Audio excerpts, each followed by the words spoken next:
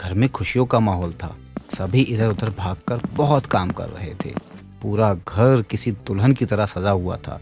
तभी घर पर अरुण के कुछ दोस्त आते हैं और उन्हीं दोस्तों में से अरुण का एक दोस्त दर्शन अरुण से कहता है, और भाई अब तो तेरी शादी हो जाएगी। अपनी शादी से पहले तू मेरे लिए कोई लड़की देख नहीं सकता? हाँ, अबे सेटिंग करवा दे भाई मेरी। अब मैं अपनी लाइफ में सेटल होना चाहता हूँ। बस कर, बहुत हो गया तेरा ड्रामा। मुझे अच्छे से पता है तू बस मेरी शादी होने तक ही ये गाना गाएगा, लेकिन मैं नहीं पिघलने वाला। अरे भाई ऐसा मत बोल, मैं सच कह रहा हूँ। मैं शादी करना चाहता हूँ। मैं भी अपनी लाइफ में सीरियस होना चाहता हूँ। अब तू अपनी शादी से पहले मेरे लिए भी लड़की ढूंढ दे। अबे पागल हो गया है क्या? दिमाग कहाँ छोड़कर आया है? मैं अपनी शादी की तैयारी करूँ या तेरे लिए लड़की ढूंढता फिरूं? जा सो जा, लगता है तुझे ज्यादा चढ़ गई है। अरे कुछ भी बोले जा रहा है। अरे मैंने पी होती तो तेरे साथ यहाँ बैठ के बातें थोड़ी कर रहा होता। अब तक तेरी शादी में बवाल मचा देता, समझा? बात करता है। तू बात ही ऐसी कर रहा है जैसे पता नहीं तूने कितने पैक चढ़ा रखे हैं। चल माफ कर दे, अब शादी में आया तो अपना मूड ठीक कर। वैसे भी तू मेरी शादी में आया है, कोई ना कोई तो तुझे मिल ही जाएगी। अच्छा, मतलब तेरी शादी हो रही है तो मुझे भी कोई ना कोई मिल जाएगी। बात तो ऐसे कर रहा है जैसे तूने सबका ठेका लेके रखा है। हट, इतना बकवास कर लेता है तू। अब क्या करूं, जिसके पास तेरे जैसे दोस्त, तो उसे थोड़ा तो फेंकना पड़ेगा ना, वरना तू तो बुरा मान जाएगा। अच्छा, तुझे लगता है मजाक है ये? हाँ, रुक, तेरी शादी में बवाल मचाता हूँ, तब पता चलेगा। और हाँ, तब मत कहियो कि मेरी शादी में बवाल हो गया। दोनों दोस्त कमरे में बातें कर ही रहे होते हैं कि तभी वहां पर रोनिका आ जाती है और दर्शन के मुंह से भाई की शादी में हंगामा करने की बात सुनकर गुस्से में दर्शन से कहती है, वाह क्या बात है, मतलब कुछ भी। हाँ, आप मेरे भाई की बारात में बवाल मचाना चाहते हो? इससे पहले मैं आपकी दुनिया में बवाल ना मचा दूं। आए बड़े। अरे छोटी सुन तो, आखिर बात क्या है? बस भाई, अपने दोस्त की तरफदारी करने मत बैठ जाइयो, वरना ये सारी बातें मैं माँ और पिताजी को बता दूंगी। बड़े आए मेरे भाई की बारात में बवाल करने वाले। अरे पागल लड़की, बात तो पूरी सुन ले। कब से बोले जा रही है, 1 मिनट भी चुप नहीं रह सकती क्या? अरे मेरी माँ हमेशा अपनी मत सुनाया कर, दूसरों की भी सुन लिया कर। अच्छा चल ठीक है, सुनाओ जल्दी अपने वो दूसरे लोगों की बातें। मेरे पास इतना फालतू का वक्त नहीं है। मेरा मुंह क्या देख रहा है? कभी सुंदर लड़की नहीं देखी क्या? सुंदर ना बहुत देखी है, लेकिन गलत फहमी लेके घूमने वाली लड़की आज पहली बार देखी जिसे लगता है कि वो सुंदर है। कितना बदतमीज है आपका दोस्त भैया। सुनो भैया, आपको ना माँ बुला रही है, मैं आपको यही बताने आई थी। और हाँ, माँ ने आपको अकेले बुलाया है, बिना किसी दोस्त के साथ। चाहे वो दोस्त कितना भी खास क्यों ना हो, आप अकेले ही जाना। भाई तेरी बहन तो बहुत बोलती है, मतलब भगवान ने मुंह दिया है तो कुछ भी बोले जाएगी। हद होती है यार, तुम लोग बर्दाश्त कैसे करते हो इसे? सॉरी भाई, इसकी बात का बुरा मत मानना। वो क्या है ना, ये थोड़ा कड़वा बोलती है। भाई पागल वागल है क्या तू? हाँ, तेरी बहन थोड़ा नहीं बहुत ज्यादा कड़वा बोलती है। पता नहीं खुद को क्या समझती है। अरे खाती क्या ये जो जहर उगलती रहती है? दोनों दोस्त हंसते हुए बाहर की तरफ जाते हैं और अपनी माँ के पास जा ही रहे होते हैं कि दर्शन रोनिका को देखकर वहीं रुक जाता है और अरुण अपनी माँ के पास जाकर बोलता है, माँ आपने मुझे बुलाया था क्या? रोनिका बोल रही थी कुछ जरूरी बात है। हाँ, बहुत ही जरूरी बात है। दरवाजा बंद कर दे, क्योंकि अगर किसी ने हमें ये बात करते हुए सुन लिया तो बवाल हो जाएगा। माँ आप ऐसा क्यों बोल रही हो कि कोई सुन लेगा तो? अरे इतना वक्त किसके पास है कि हमारी बातों को कोई कान लगा कर सुने? मुझे नहीं लगता कि कोई हमारी बातें भी सुनेगा। अरुण, जितना बोल रही हूँ उतना कर, अपना दिमाग बाद में लगा लेना। पहले मैं जो बोल रही हूँ वो बात सुन और दरवाजा बंद कर जल्दी से। लो माँ, मैंने दरवाजा बंद कर दिया। अब बताइए क्या बात हो गई ऐसी कि आपने दरवाजा बंद करने को कहा? अरे पापा कहाँ हैं? दिखाई क्यों नहीं दे रहे हैं? तेरे पापा छुपे हुए हैं। बहुत बड़ा बवाल हो जाएगा अगर तेरे पापा बाहर आ गए तो। मुझे तो इतना गुस्सा आ रहा है कि तेरे पापा ऐसा कैसे कर सकते हैं। अरे हुआ क्या है, पहले बात तो बताओ। बिना वजह बातों को जलेबी की तरह घुमाए जा रही हो। मुझे कुछ समझ नहीं आ रहा है। गोल गोल बातें इसलिए कर रही हूँ क्योंकि तेरे पापा की गर्लफ्रेंड यहाँ इस शादी में आई हुई है और मैं नहीं चाहती कि तेरी शादी में कोई बवाल हो। सब कुछ अच्छे से हो जाए बस। क्या पापा की गर्लफ्रेंड है? हैं? आप बोल क्या रही हो? होश में तो हो ना माँ?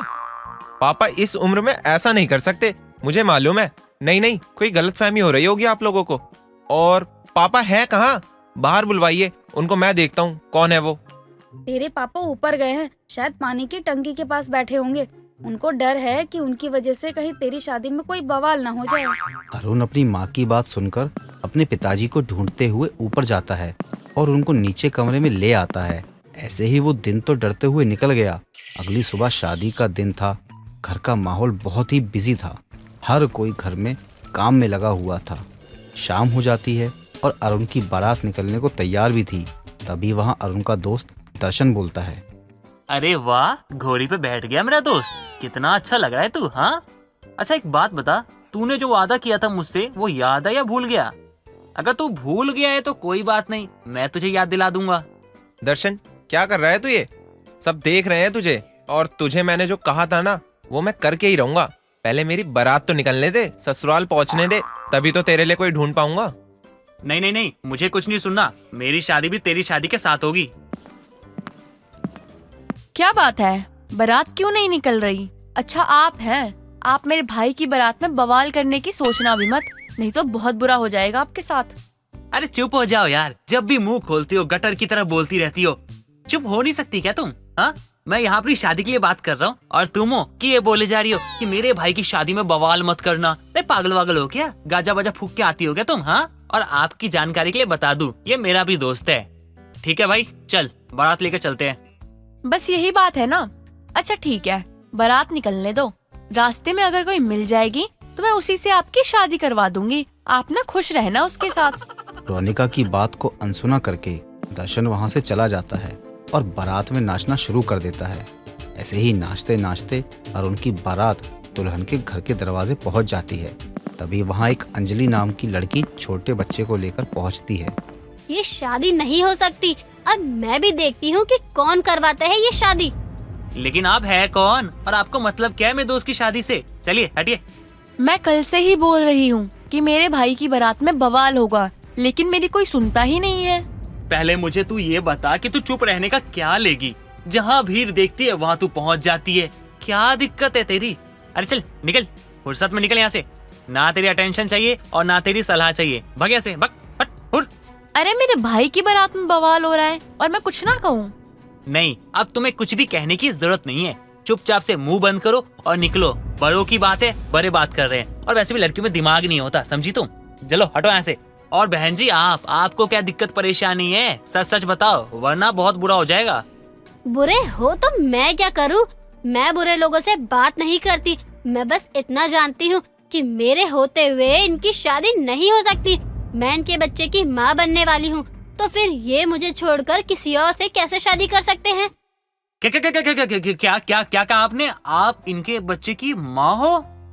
भाई तुझसे ये उम्मीद नहीं थी मुझे। तेरे पास बीवी बच्चा दोनों है, फिर भी तू शादी करने के लिए जा रहा है। शर्म नहीं आती तुझे?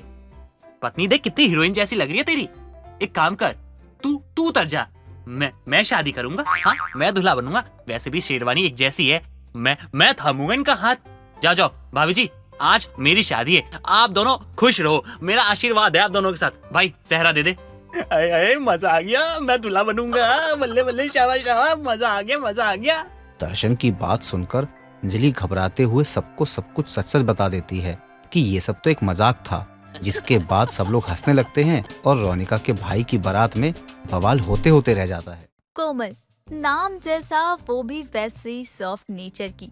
कोमल को हर रोज उसकी सास ताने मारा करती। एक रोज, सुन बहू, आज कुछ मेहमान आने वाले हैं, तो खाना बनाकर रखना, वरना मेरी नाक कट जाएगी। और अगर जरा भी नखरे दिखाई ना तो तेरे लिए सही नहीं होगा। ले पकड़ लिस्ट, और जो भी मैंने लिस्ट में लिखा है ना, ये सारा खाना बन जाना चाहिए।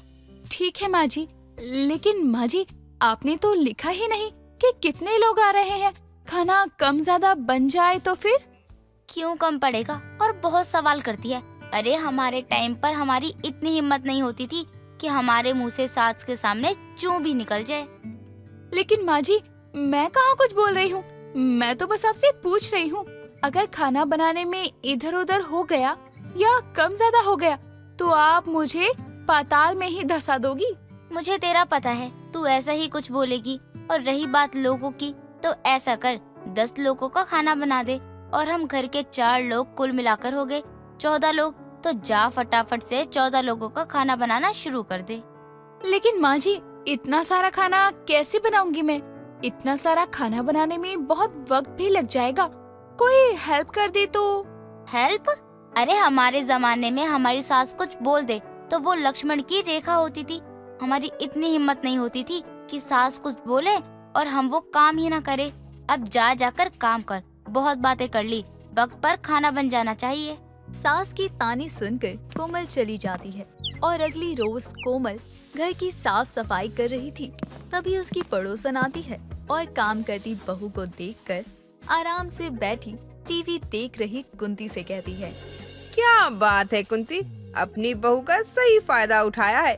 बेचारी इतनी सॉफ्ट नेचर की है, इसलिए तुझे कोई जवाब नहीं देती, वरना आजकल की बहू तो बस।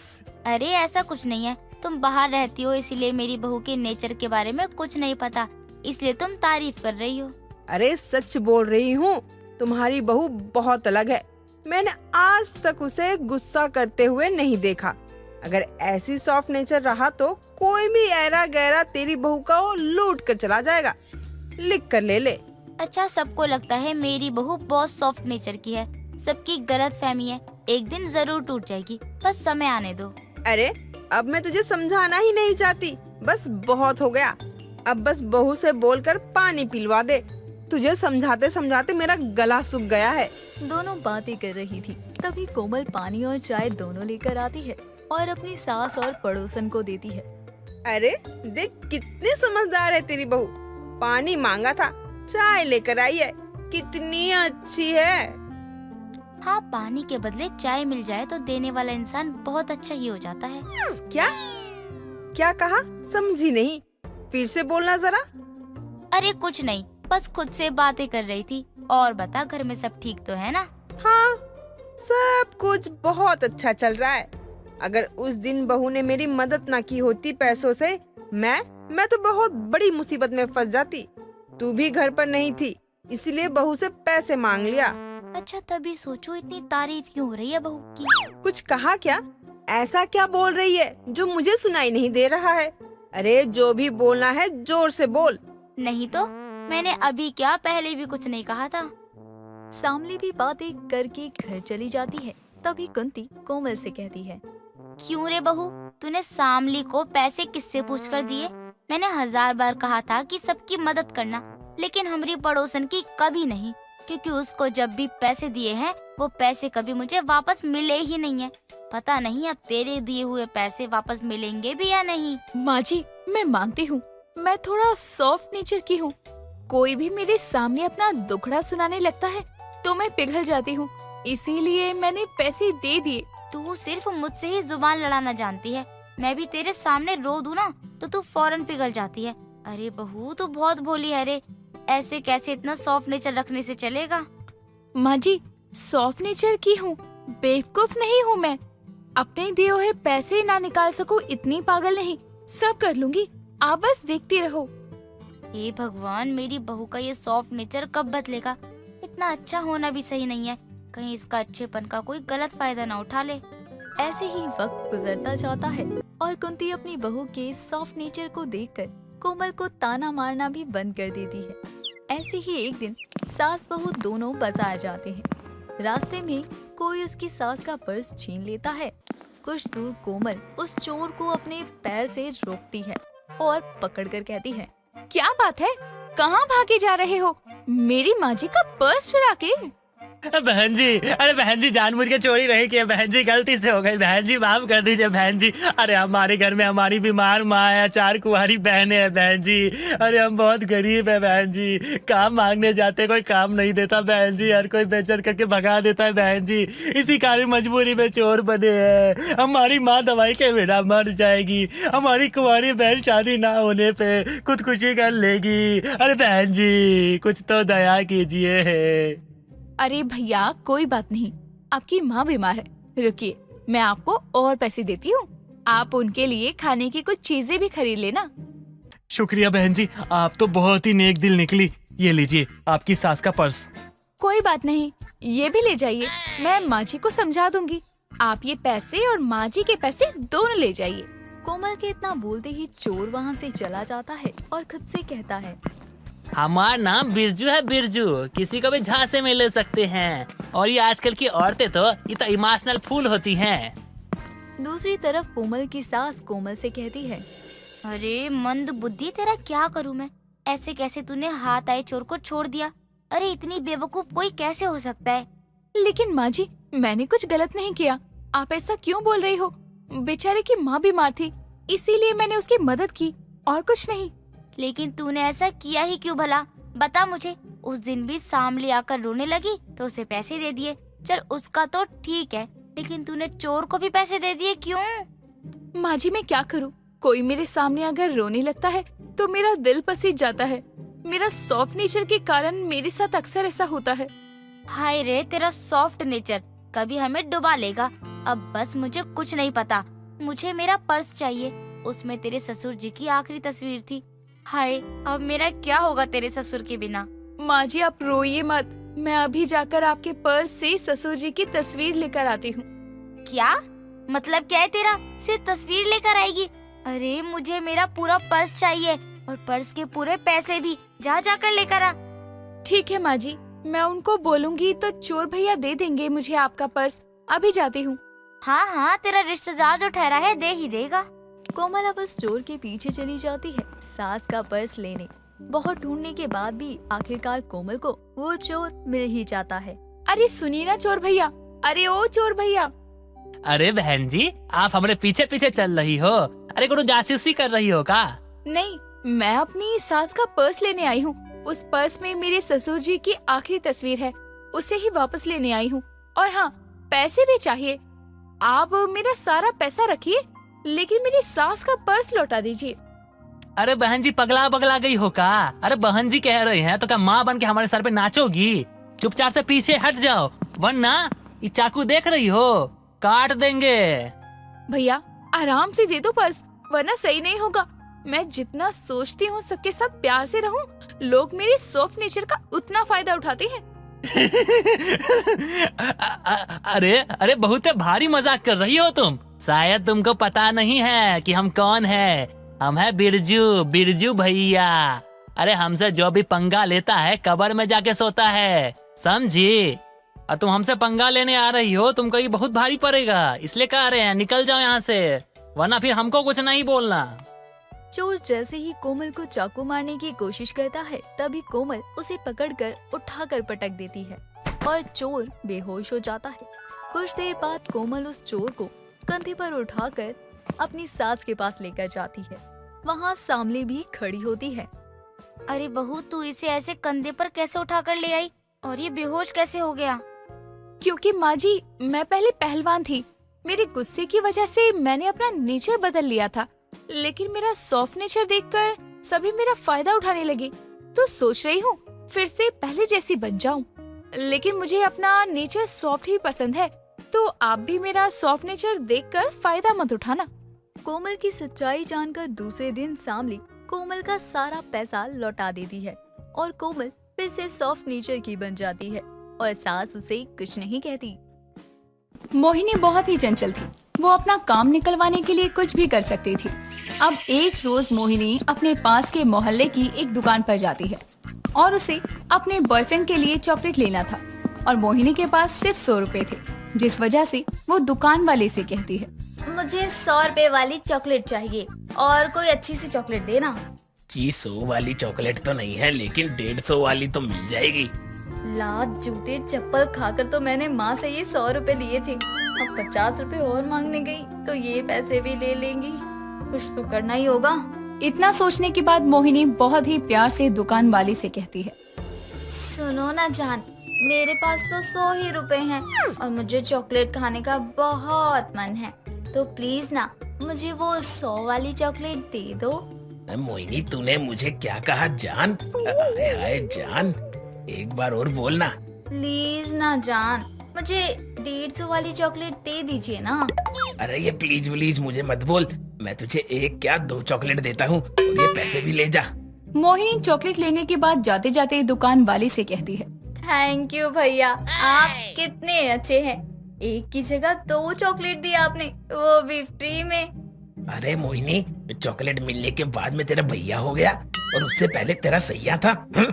मैं तो तुझे छोड़ूंगा नहीं। अब मोहिनी उन चॉकलेट के साथ सीधे अपने बॉयफ्रेंड से मिलने पार्क में पहुंचती है और पार्क में पहुंचने के बाद अपने बॉयफ्रेंड मोहित से ही कहती है, ये ले पकड़, एक चॉकलेट तेरी और एक चॉकलेट मेरी। बड़ी मुश्किल से दुकान वाले से लेकर आई हूँ। माँ तो मुझे पैसे देती नहीं और तेरे लिए मुझे चॉकलेट खरीदनी पड़ती है। अरे क्या जरूरत थी मेरी जान तुम्हें ये चॉकलेट खरीदने की? अरे मैं तो ऐसे ही तुम पर फिदा हूँ। अब देर शाम जब मोहिनी घर लौट कर आती है तो मोहिनी की माँ मोहिनी से कहती है, पास की दुकान से जो तूने 300 रुपए की चॉकलेट खाई है तो एक दिन जाकर उनके घर का सारा काम कर रही हो। लेकिन मैंने तो किसी से कोई चॉकलेट ली ही नहीं, तो आप किस दुकान वाले की बात कर रही हो? उसी दुकान वाले की बात कर रही हूँ जिससे तू पहले जान फिर भाईजान बनाकर उससे 300 का चॉकलेट ठग लाई है। अगर बच गई हो तो मुझे भी खिला दे। वाह माँ वाह, कोई भी कल को उठकर आएगा और आपसे कहेगा कि आपकी बेटी ने मुझे जान कहा, उसके बाद भाईजान कहा, तो आप मान लेंगी क्या? हाँ बिल्कुल मान लूंगी, क्योंकि तू है ही ऐसी। और ये बात तो पूरा मोहल्ला जानता है कि तू अपना काम निकलवाने के लिए किसी को जान बना सकती है और काम निकल जाने के बाद उसे भाईजान भी बना सकती है।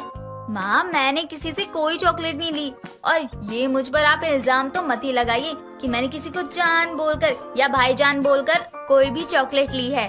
अब कुछ देर बाद सरला अपनी बेटी मोहिनी से कहती है, मोहिनी, तेरा काम हो गया हो तो जाकर चक्की पर आटा रखा, सुबह के लिए आटा नहीं है।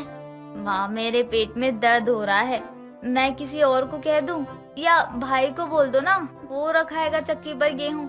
आपको अपनी फूल सी नाजुक सी बेटी को ये सब काम कहते हुए शर्म नहीं आती? और तुझे काम निकलवाने के लिए लोगों को जान और फिर भाईजान बनाते हुए शर्म नहीं आती? अच्छा ठीक है, और फिर से ताने मत मारो, अभी आपका काम कर देती हूँ। अब ऐसे ही कुछ समय बाद मोहिनी अपने ही मोहल्ले के राजेश को बुला कर लाती है और उसे चक्की पर गेहूं पिसवाने के लिए गेहूं रखने के लिए कहती है, जिस पर राजेश मोहिनी से कहता है, मैं गेहूं चक्की पर रखवा कर आऊंगा, लेकिन आटा पीसने तक का वेट नहीं कर सकता, मुझे और भी काम है। राजू प्लीज ना, सुबह के लिए आटा नहीं है और माँ मुझ पर गुस्सा करेंगी, मान जाओ ना जान। मोहिनी, क्या बोली तू? राजू और जान भी? फिर तो तुम्हारा काम करना ही होगा।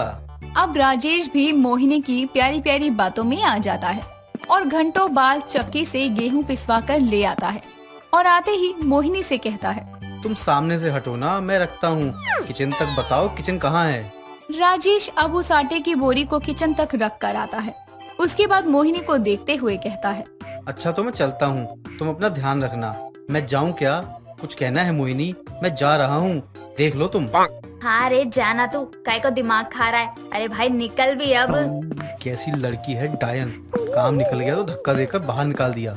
अब अगले दिन सरला घर का काम छोड़कर मोहिनी से कहती है, आज मुझे मौसी से मिलने जाना है तो शाम में आने तक घर का सारा काम हो जाना चाहिए, मुझे कोई बहाना नहीं सुनना। इतना कहने के बाद सरला घर से निकल जाती है। सत्यानाश, घर से जाते जाते भी माँ को चैन नहीं है, अब मुझे घर का इतना सारा काम करना पड़ेगा। सरला के जाने के बाद मोहिनी काम देखकर तो अपना सर पीट लेती है, लेकिन तभी मोहिनी के बॉयफ्रेंड मोहित का फोन आता है और मोहिनी को अपने बॉयफ्रेंड के फोन से एक धाकड़ आइडिया आता है और मोहिनी फोन उठाते ही अपने बॉयफ्रेंड से कहती है, आज मैं तुझसे मिलने नहीं आ सकती क्योंकि घर पर ना मम्मी नहीं है और तुम आ सको तो 15 मिनट में घर पहुंच जाना। इतना कहने के बाद मोहिनी फोन काट देती है और करीब 10 मिनट बाद ही मोहिनी का बॉयफ्रेंड मोहिनी के घर आता है और मोहिनी अपने बॉयफ्रेंड को कहती है, बेबी घर में इतना सारा काम है तो पहले काम बाद में रोमांस। तो सबसे पहले ना तुम किचन साफ कर दो, उसके बाद कपड़े धोकर पोछा लगाना, इतना तो कर दोगे ना तुम? अब मोहित भी मोहिनी के कहने पर बर्तन, झाड़ू, पोछा और कपड़े धो देता है और इसमें करीब 2 घंटे बीत जाते हैं। अब जैसे ही मोहिनी देखती है कि मोहित ने घर का सारा काम कर दिया है, तब मोहिनी मोहित से कहती है, बेबी अब तुम्हें जाना होगा क्योंकि मम्मी बस नीचे गली में खड़ी है, अब तुम कैसे जाओगे मुझे नहीं पता, प्लीज अभी जाओ यहाँ से। मोहिनी का ये रवैया देखकर मोहित भी खुद से कहते हुए वहाँ से निकल जाता है। एक तो साला इतना काम भी करवा लिया और जब रोमांस की बारी आई तो मुझे कहती है माँ आने वाली है। अरे इसे तो मैं बाद में देख लूंगा।